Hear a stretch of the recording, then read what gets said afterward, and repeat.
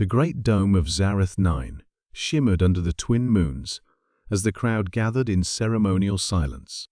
The marriage of Virella, daughter of the House of Valar, to a human male was not just scandalous, it was unthinkable. And yet, it was happening. Virella stood at the edge of the platform, draped in deep violet silks that marked the shame of debt marriage. Her silver eyes were distant, her sapphire skin pale with dread. The empire her family once served had crumbled, their trade fleet seized, their assets frozen. All that remained was her payment in flesh to settle a contract that had been unpaid for generations. She had not been told much about her husband-to-be, only that he was a Terran officer, a human, barbaric species, her aunt had hissed. Primitive and prideful. They'll keep you caged, humiliated. Virella had vowed to show no fear, yet her throat tightened as the ceremony began.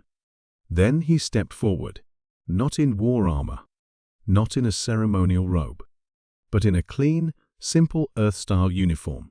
His shoulders were broad, his posture firm, but his eyes, they were kind.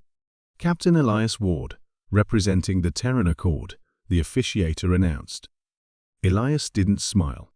He bowed slightly, not as a victor, but as a partner. Virella blinked. Her people believed humans were aggressive, crass, and dominating. But there was no arrogance in his stance, only quiet resolve. I accept the union, he said calmly, but I do not accept the terms. A hushed gasp rippled through the alien nobles. Virella turned her head sharply. Had she misheard? Elias stepped forward and addressed the council directly.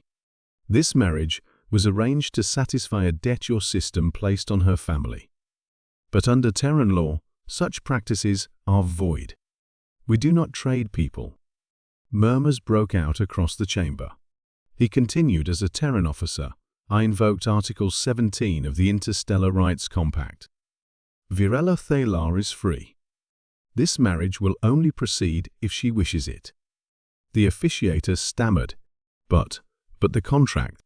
Elias cut him off. Let your empire sue Earth if you wish. We're not afraid of tribunals. Or war. Now the crowd wasn't murmuring, it was stunned into silence. Virella's breath caught. She had prepared herself to be chained, to serve a man she'd never met. Instead, he'd handed her the key to her own cage. Why would you do this? She whispered, barely audible. Elias turned to her, his tone softening. Because I've seen too many people treated like weapons or currency. I won't be part of that.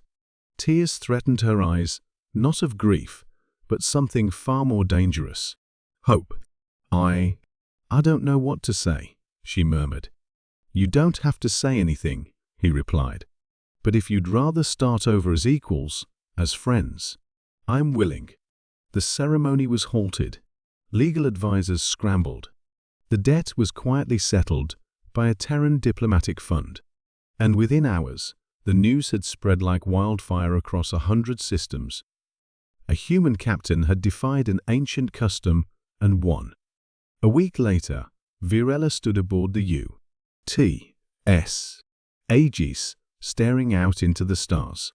She had chosen to stay. Not as a wife by contract, but as a crew member. You really weren't bluffing, she said to Elias, who stood beside her. He chuckled. Humans rarely bluff, especially when we care. Your people confuse me. He smiled. That's what we do best. Somewhere in the dark reaches of the galaxy, other empires took notice. First, they laughed at the Terrans' defiance. Then they watched the Aegis lead a peacekeeping mission into a war-torn sector and end a 3-decade conflict in a single week. They stopped laughing. And Virella?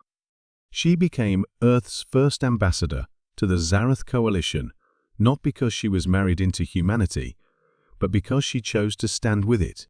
After all, she had seen what others hadn't. Humans don't conquer with chains. They win with choice.